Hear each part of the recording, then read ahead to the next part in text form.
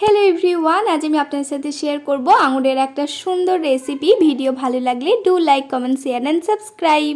এই সিজনে আঙুর অ্যাভেলেবেল পাওয়াই যায়, এমনও কোনো দিন হয় আঙুর কিনে নিয়ে আসার পর দেখা হয় যে আঙুরটা খেতে টক। তো এই রেসিপিটা ঝটপট বানিয়ে নিতে পারবেন, বা মিষ্টি আঙুর দিয়েও এই রেসিপিটা করে খেতেই পারেন। তো চলুন রেসিপিটা শুরু করি।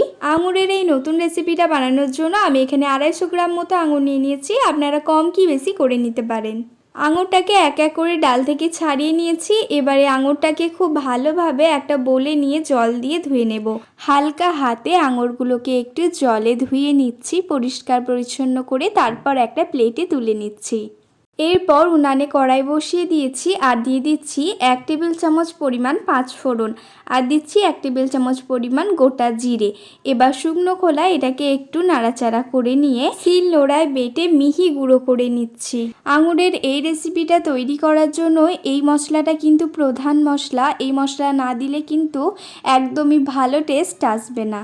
মশলা তৈরি করা হয়ে গেছে। কড়াই দিয়ে দিচ্ছি 2 টেবিল চামচ সরিষার তেল, 2টি শুকনো লঙ্কা। সরিষার তেল আর শুকনো লঙ্কাটা একটু গরম হয়ে এলে দিয়ে দিচ্ছি ধুয়ে রাখা আঙুরগুলো দিয়ে একটু ভালোভাবে নাড়িয়ে চাড়িয়ে দিয়ে দিচ্ছি 1/2 টেবিল চামচ লঙ্কার গুঁড়ো, আর দিচ্ছি 1/2 টেবিল চামচের থেকে একটু বেশি হলুদ গুঁড়ো দিয়ে ভালোভাবে নাড়িয়ে নিচ্ছি। এরপর দিয়ে দেব 1/2 টেবিল চামচ জিরার গুঁড়ো দিয়েছি। এখানে আমি ধনিয়ার গুঁড়ো অ্যাড করিনি। আর দিচ্ছি অল্প একটু লবণ, মানে স্বাদ মতো লবণ।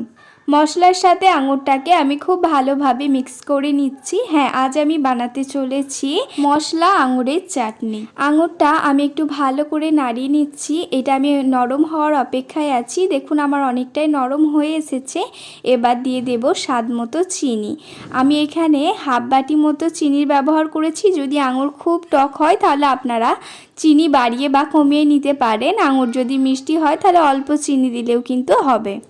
চিনির পরিবর্তে আপনারা গুড় কিংবা বাতাসা দিয়েও করে নিতে পারেন। সাদা বাতাসা মানে চিনির বাতাসা বা গুড়ের বাতাসা, আখের গুড়, খেজুর গুড়, এগুলো সব কিন্তু এই চাটনিতে দেওয়া যাবে। চিনিটা গলে কিন্তু চাটনিতে অনেকটাই রস হবে। আর এটা একটু আপনারা যেরকম চান অল্প একটু টানিয়েও নিতে পারেন কিংবা শুকনো শুকনোও করতে পারেন চাটনি, তাই আমি অল্প একটু ঝোল রেখেছি।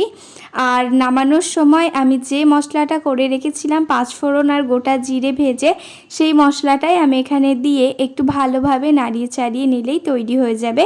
আর এটাকে খুব সুন্দরভাবে ডেকোরেশন করার জন্য আমি একটা আঙুরকে মাঝখান দিয়ে এইভাবে কেটে নিয়েছি। তো যে পাত্রে রেখেছি সেই পাত্রের গায়ে এভাবে লাগিয়ে দিচ্ছি। ভাজা মশলাটা দেওয়ার কারণে চাটনির ফ্লেভারটা কিন্তু আরও দ্বিগুণ হয়ে যাবে। খুব সুন্দর খেতে হয়। অবশ্যই একবার ট্রাই করবেন বাসায়। দেখেই আন্দাজ করতে পাচ্ছেন যে কতটা টেস্টি হবে। আঙুরের মধ্যে চাটনির পুরো ফ্লেভারটা কিন্তু চলে এসেছে। আর আঙুরটা যদি একটু মুখে দেন তবে বুঝতে পারবেন আঙুরের টক ফ্লেভারটা আর চাটনির মিষ্টি ফ্লেভারটা একদম পারফেক্টভাবে ব্যালেন্স করছে। আজকের মতো এতটাই। ভিডিও ভালো লাগলে লাইক, কমেন্ট, শেয়ার এবং সাবস্ক্রাইব করবেন। বেল আইকনটা প্রেস করতে ভুলবেন না।